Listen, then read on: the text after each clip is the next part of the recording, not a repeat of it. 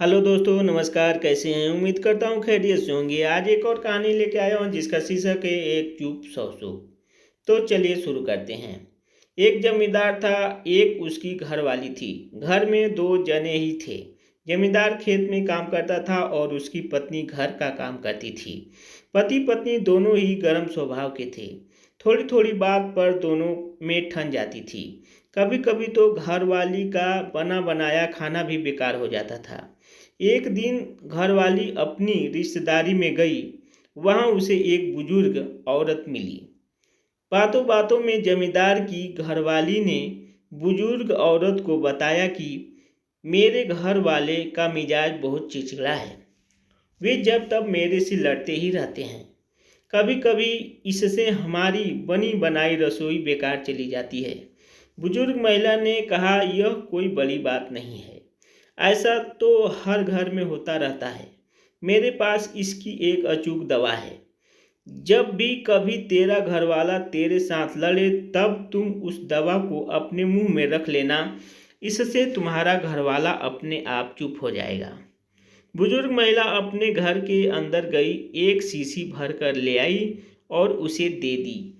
जमींदार की घरवाली ने घर आकर दवा की परीक्षा करनी शुरू कर दी। जब भी जमींदार उससे लड़ता था वह दवा मुंह में रख लेती थी। इससे काफ़ी असर दिखाई दिया। जमींदार का लड़ना काफ़ी कम हो गया था। यह देखकर वह काफ़ी खुश हुई। वह खुशी खुशी बुजुर्ग महिला के पास गई और कहा, आपकी दवाई तो कारगर सिद्ध हुई है। आपने इसमें क्या क्या डाला है जरा बता देना। मैं इसे घर में ही बना लूँगी। बार बार आना जाना मुश्किल हो जाता है। इस पर बुजुर्ग महिला ने जवाब दिया कि जो शीशी मैंने तुम्हें दी थी उसमें शुद्ध जल के सिवाय कुछ भी नहीं था। तुम्हारी समस्या का हल तो तुम्हारे चुप रहने से हुई है। जब तुम दवा यानी कि पानी को मुंह में भर लेती थी तो तुम बोल नहीं सकती थी और तुम्हारी चुप्पी को देखकर तुम्हारे घरवाले का भी क्रोध शांत हो जाता था। इसी को एक चुप सौ सुख कहते हैं। बुजुर्ग महिला ने जमींदार की घरवाली को सीख दी कि इस दवा को कभी भूलना मत और अगर तुमको ज़रूरत पड़े तो आगे भी लेते रहना।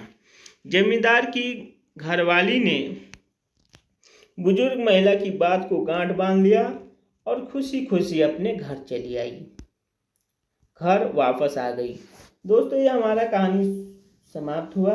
वीडियो देखने के लिए बहुत बहुत धन्यवाद। और ये हमारा वीडियो अच्छा लगता हो तो कृपया लाइक सब्सक्राइब करें। Thank you.